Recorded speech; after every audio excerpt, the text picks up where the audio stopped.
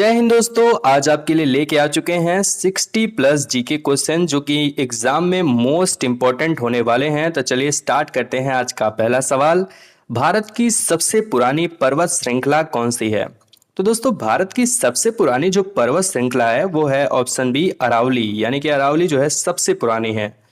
बढ़ते हैं अपने अगले सवाल की तरफ। तो अगला सवाल है, महिलाओं को मतदान का अधिकार सबसे पहले किस देश ने दिया था? तो महिलाओं को मतदान का अधिकार सबसे पहले दोस्तों न्यूजीलैंड देश ने दिया था। वहां पर सबसे पहले महिलाओं ने वोटिंग की थी।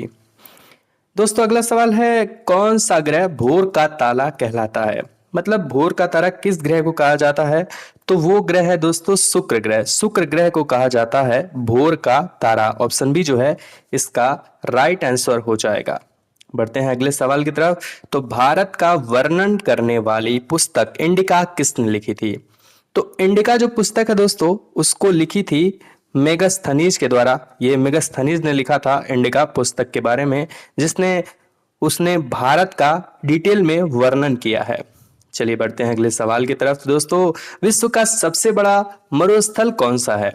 तो दोस्तों विश्व का जो सबसे बड़ा मरुस्थल है वो है अंटार्कटिक मरुस्थल। जी हाँ दोस्तों, ऑप्शन सी जो है इसका राइट आंसर हो जाएगा। चलिए बढ़ते हैं अगले सवाल की तरफ। तो प्लासी का युद्ध जो कि 1757 में हुआ था वो किनके बीच लड़ा गया था? किनके बीच हुआ था? तो दोस्तों इसका राइट आंसर हो जाएगा ऑप्शन सी, अंग्रेज व सिराज उद दौला, इन्हीं दोनों के बीच में ये युद्ध लड़ा गया था। तो ऑप्शन सी इसका सही जवाब हो जाएगा। बढ़ते हैं अगले सवाल की तरफ। तो दोस्तों निम्न में से किस विषय में नोबेल पुरस्कार नहीं दिया जाता है? तो नोबेल पुरस्कार दोस्तों यहाँ पे आपको बता दें भौतिकी में दिया जाता है, रसायन में दिया जाता है और साहित्य में दिया जाता है। तो दोस्तों ये गणित ही एक ऐसा ऑप्शन है, यानी कि ऑप्शन सी, जिसमें नोबेल पुरस्कार नहीं दिया जाता है। चलिए बढ़ते हैं अपने अगले सवाल की तरफ। तो दोस्तों भारत का पहला उपग्रह जो कि 1975 में बनाया गया था, इसका नाम क्या था? तो दोस्तों ये था आर्यभट्ट। जी हाँ दोस्तों, आर्यभट्ट, जो कि ऑप्शन बी इसका राइट आंसर हो जाएगा। बढ़ते हैं अपने अगले सवाल की तरफ। तो अर्थशास्त्र के रचयिता कौन थे? तो दोस्तों अर्थशास्त्र के जो रचयिता थे वो थे कौटिल्य, जिन्हें चाणक्य भी कहा जाता है। ऑप्शन बी इसका राइट आंसर हो जाएगा। चलिए बढ़ते हैं अपने अगले सवाल की तरफ। तो एशिया की सबसे लंबी नदी कौन सी है? तो दोस्तों एशिया की जो सबसे लंबी नदी है वो है यांगत्जी। जी हाँ दोस्तों, ऑप्शन सी इसका राइट आंसर हो जाएगा, ऑप्शन सी। बढ़ते हैं अगले सवाल की तरफ। मानव शरीर की सबसे बड़ी ग्रंथि कौन सी है? तो सबसे बड़ी जो ग्रंथि है दोस्तों वो है यकृत, जिसे लीवर भी कहा जाता है। तो ऑप्शन बी इसका राइट आंसर हो जाएगा। चलिए बढ़ते हैं अगले सवाल की तरफ। तो संयुक्त राष्ट्र यानी कि यूएनओ में शांति और सुरक्षा बनाए रखने की जिम्मेदारी किसको दी गई है? तो आपको बता दें कि ये जो दी गई है दोस्तों सुरक्षा परिषद को दी गई है, यानी कि ऑप्शन बी इसका सही जवाब हो जाएगा। दोस्तों अपने अगले सवाल की तरफ। तो दोस्तों अगला सवाल है, मलेरिया की दवा क्विनाइन किससे प्राप्त होती है? तो ये दोस्तों जो प्राप्त होती है वो होती है सिनकोना वृक्ष। एक वृक्ष है जिसका नाम है सिनकोना, उससे ये प्राप्त होती है। ऑप्शन बी इसका राइट आंसर हो जाएगा। चलिए बढ़ते हैं अपने अगले सवाल की तरफ। तो विश्व की पहली महिला प्रधानमंत्री कौन थी? यहाँ पर दोस्तों बात विश्व की हो रही है, ना कि भारत की। तो वो थी दोस्तों सिरिमावो बंदर नायके। जी हाँ दोस्तों, ऑप्शन सी इसका राइट आंसर हो जाएगा। चलिए बढ़ते हैं अपने अगले सवाल की तरफ। तो अगला सवाल है, मानव शरीर की सबसे छोटी हड्डी कौन सी है? तो मानव शरीर की जो सबसे छोटी हड्डी है वो है स्टेपिज। जी हाँ दोस्तों, स्टेपिज, यानी कि ऑप्शन ए इसका सही जवाब हो जाएगा। चलिए बढ़ते हैं अपने अगले सवाल की तरफ। तो अगला सवाल है, द्वितीय विश्व युद्ध किस वर्ष समाप्त हुआ? यहाँ पर शुरू की बात नहीं हो रही है, समाप्त कब हुआ? तो समाप्त हुआ था 1945 में, यानी कि ऑप्शन बी इसका सही जवाब हो जाएगा। बढ़ते हैं अगले सवाल की तरफ। तो भारत में मिसाइल मैन किसे कहा जाता है? तो भारत के मिसाइल मैन दोस्तों डॉक्टर APJ अब्दुल कलाम जी को कहा जाता है। इन्होंने ही भारत को मिसाइल वाला समझ लीजिए देश बनाया। चलिए बढ़ते हैं अगले सवाल की तरफ। तो क्षेत्रफल की दृष्टि से विश्व की सबसे बड़ी मीठे पानी की झील कौन सी है? तो क्षेत्रफल के हिसाब से सबसे बड़ी जो झील है वो दोस्तों है सुपीरियर झील। ऑप्शन बी इसका सही जवाब हो जाएगा। चलिए बढ़ते हैं अपने अगले सवाल की तरफ। तो सत्याग्रह शब्द का प्रयोग सर्वप्रथम किसने किया? तो ये किया था महात्मा गांधी जी ने। जी हाँ दोस्तों, ऑप्शन बी जो है इसका राइट आंसर हो जाएगा। चलिए बढ़ते हैं अपने अगले सवाल की तरफ। तो अगला सवाल है उगते सूरज की भूमि किसे कहा जाता है? तो उगते सूरज की जो भूमि है उसे कहा जाता है जापान। जी हाँ दोस्तों, ऑप्शन बी राइट आंसर हो जाएगा।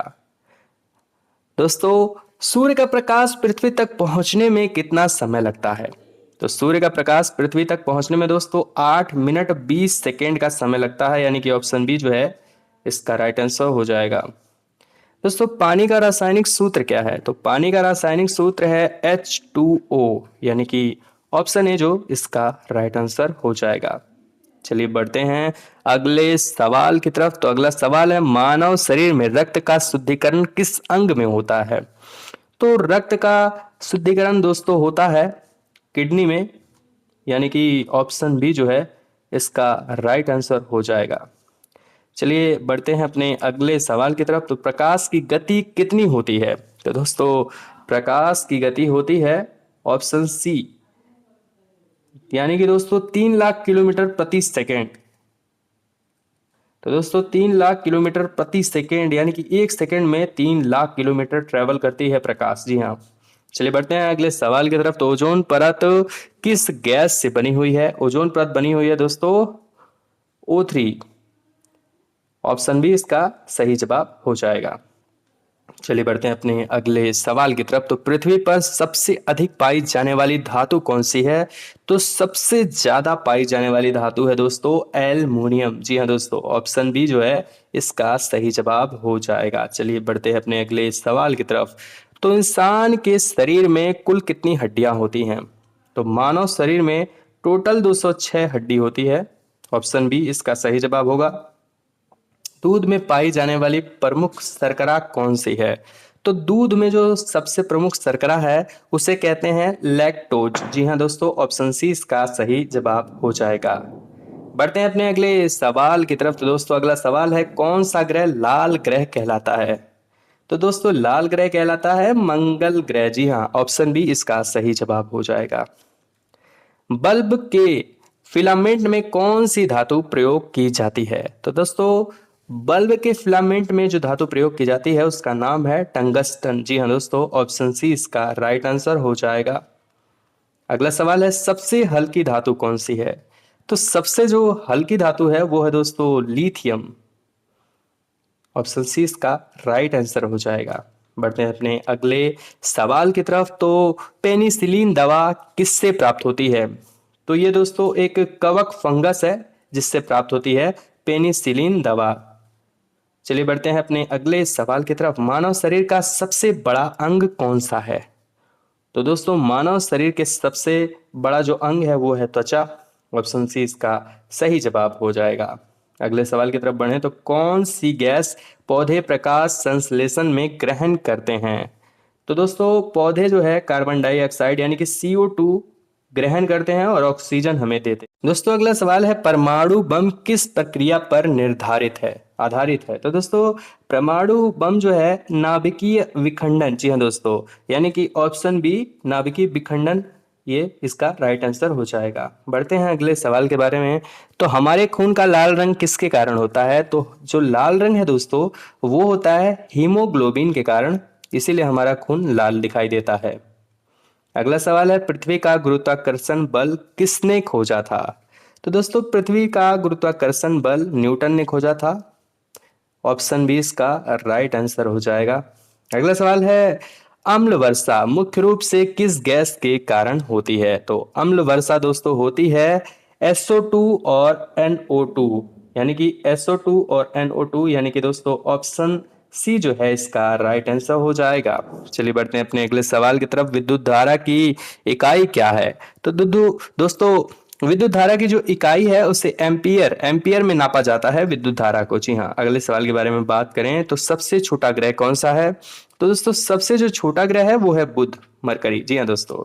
चलिए बढ़ते हैं अपने अगले सवाल की तरफ। तो पृथ्वी पर दिन रात बराबर कब होता है? तो दोस्तों पृथ्वी पर जो दिन रात वो है शरद विषु में बराबर होता है, यानी कि ऑप्शन बी इसका सही जवाब हो जाएगा। भारतीय राष्ट्रीय कांग्रेस की स्थापना कब हुई थी? तो ये हुई थी दोस्तों 1885 में। ऑप्शन बी जो है इसका राइट आंसर हो जाएगा। चलिए बढ़ते अपने अगले सवाल की तरफ। तो संविधान सभा के अध्यक्ष कौन थे? संविधान सभा के जो अध्यक्ष थे वो थे doctor Rajendra Prasad ji. Option A जो है इसका राइट आंसर हो जाएगा।